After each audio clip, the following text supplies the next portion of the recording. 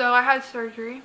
Today I wanted to be talking about just like an update of like my journey, fun, just a little bit of backstory. I was in a car accident when I was 10, got 8 of my permanent teeth knocked out, yada yada yada. After my accident, I was wondering, okay, what things can I do to not have dentures my whole life, or what are the next steps? They told me right after it happened, how it hurt, that I can't get my implants until like I'm 18, because around 16-ish my growing will start to just slowly stop. Since I was only 10, I was still growing, still developing. But another thing he also said is, by the time that you will need to get implants or want to get implants, you will need a bone graft. What a bone graft is it's taking bone from another part of your body. In my case, I got it from my jaw. Sometimes it can be in your hip, sometimes it can be in your jaw. It just depends on what your case is. When you don't have teeth, your bone up there starts to just decay and just like be like really thin, because nothing's there to keep it alive and healthy. So they take a little bit of your bone and then they put it in the areas that you need more bone. So it didn't really mean a lot to me. I didn't care.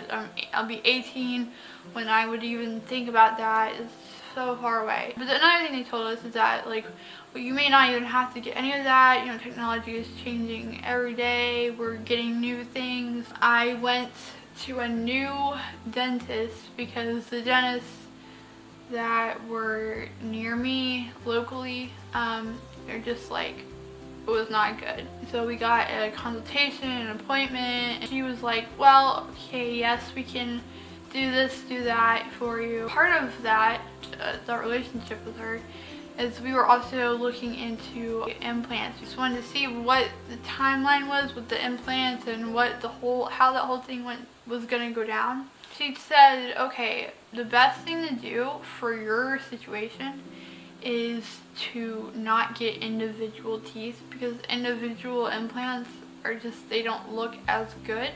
They look good, but not as good if you had a bridge, which is basically a row of teeth, but they're all like stuck together.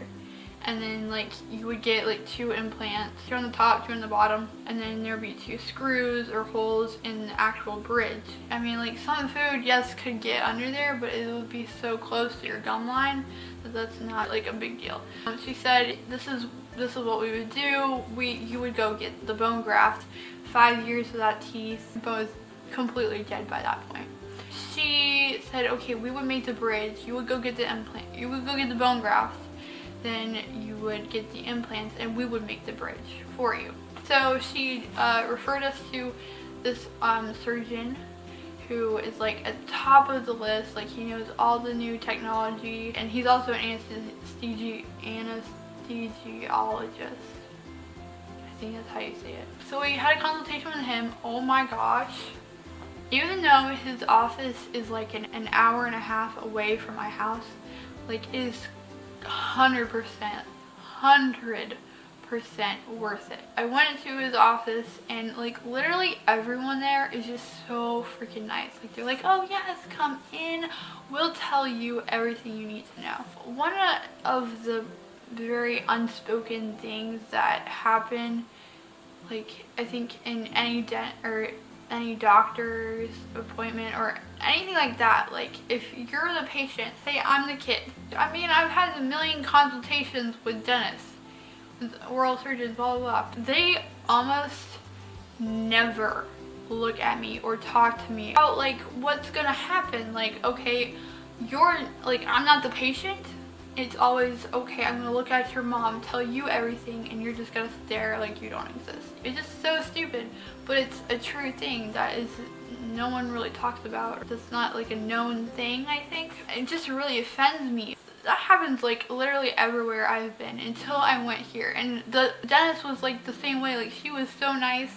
She talked to me and I felt like, man, okay, she's on my side. The nurse, you know, she brought me in and was just talking to me about options and different things that they could do to help me. And she would talk to me and my mom, but mostly me. We had an idea of like, okay, when I get the bone graft, a couple years before my implants. The surgeon we went to said that I could get my implants like a year after my bone graft.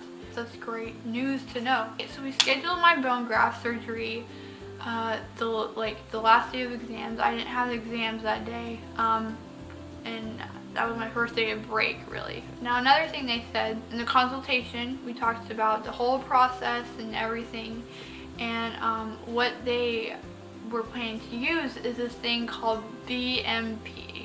And it's basically like this cell growing stuff that like just helps your own DNA to like just grow new bone on its own. Right now, I have titanium mesh screwed into the little existing bone I have up here and down here. They also took some of my bone, just like just a little shaving of it, and then just kind of mixed it all in together.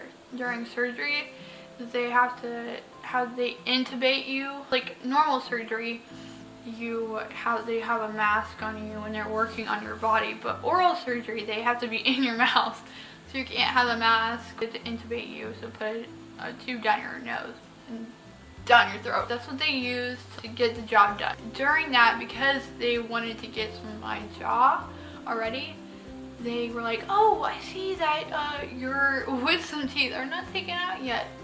We can do that as well. So not only did I get this bone graft, I also got my wisdom teeth taken out all at the same time. After the surgery, I was like, dead. I mean, like, they told me it was gonna be really intense, but it had to be done. I can't have my implants until I had this done, so what you gonna do? So this happened the 22nd of December. By Christmas Day, like, I was this big. I kid you not. So a part of what the BMP does, the titanium mesh and all of my cells trying to grow, it makes your whole face swell. Like, even like underneath my eye was like huge. Yeah, so recovery was pretty rough. Like, the swelling would go away and then would come back in a huge way, and then it would go away and come back. It was just like this ongoing like up and down, and by this point I was going back once a week, just to like get checked on, make sure I'm healing right and everything. I'm not opening my gums up. So I stuck to smoothies and popsicles and ice cream, and it was wonderful. Full recovery time still had not happened yet. One of the things that like started happening, pus would start like coming out, and at first we thought, oh my gosh, I'm like, the BMP, the stuff is coming out, oh gosh. And he was like, oh, it's just a little inflammation, like it'll go away, whatever, but let me see you next week. We go in and he's like, oh yeah, like it's inflammation, but it's infection trying to get in there. By that time I had like finished my antibiotics, so he gave me another like 10-day thing of that. And again, like, we were going in every single week. And by this time I'm like going back to school. I didn't have my teeth because I was still really swollen. They had to make another one again. Like, I swear, there's so many times I have to make new dentures just because something new happens with me. Oh my gosh, it's ridiculous. So when I went back to school, I was still pretty swollen. It was probably the size of how it is right now. The infection wasn't really a big deal. It was, but because the antibiotics just kind of killed it. Like 4 weeks after my surgery, we were going in to get an impression for my new teeth because I needed new teeth made. And they have this new thing, it's like a scanner, and they scan your whole mouth with like a camera, and it's like a 3D thing, version of it just pops up on the computer. It was like the most mind-blowing thing I've ever seen in my life. Like, oh my gosh. And it's so accurate because the little details that an impression, like a mold, doesn't usually get, like it got. It took about a week and a half to like get those made. I went back in 5.5 weeks after my surgery, he looks in there. And before I had gone in, like at school that day, or the couple of days before, I was experiencing kind of like swollenness on this side of my cheek. Felt like something was like wrong with like my bone or like my jaw, because it was kind of hurting over there, but also like kind of where my wisdom tooth area was on the bottom. It went away and it came back, and it was just like kind of At school that day, I was looking in the mirror and saying like, oh, I see more inflammation trying to get in again, but on the outside, not really in the inside of where the BMP or whatever was. So I was like, that's kind of strange. So I went in later that day, and he was like, oh my gosh, like, this is a big deal. Like, you have a huge infection over in your wisdom tooth area on the bottom. Apparently a piece of food had got stuck in the little hole, and it healed over that piece of food, and it just created a big infection in there. And in here, it was coming back, and I mean, like, he didn't have like a bad surgery. Like, it was very sterile, it was very clean. It's just like how my body's reacting to it all. There's like infection trying to get in there. It didn't get in there, but it could have. Anyway, so he was like, okay, can you come in tomorrow morning? Because we gotta have emergency surgery. I was like, are you kidding me?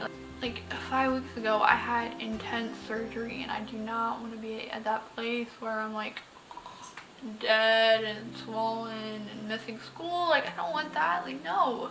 So that's what happened today. This morning. It's like 11 now.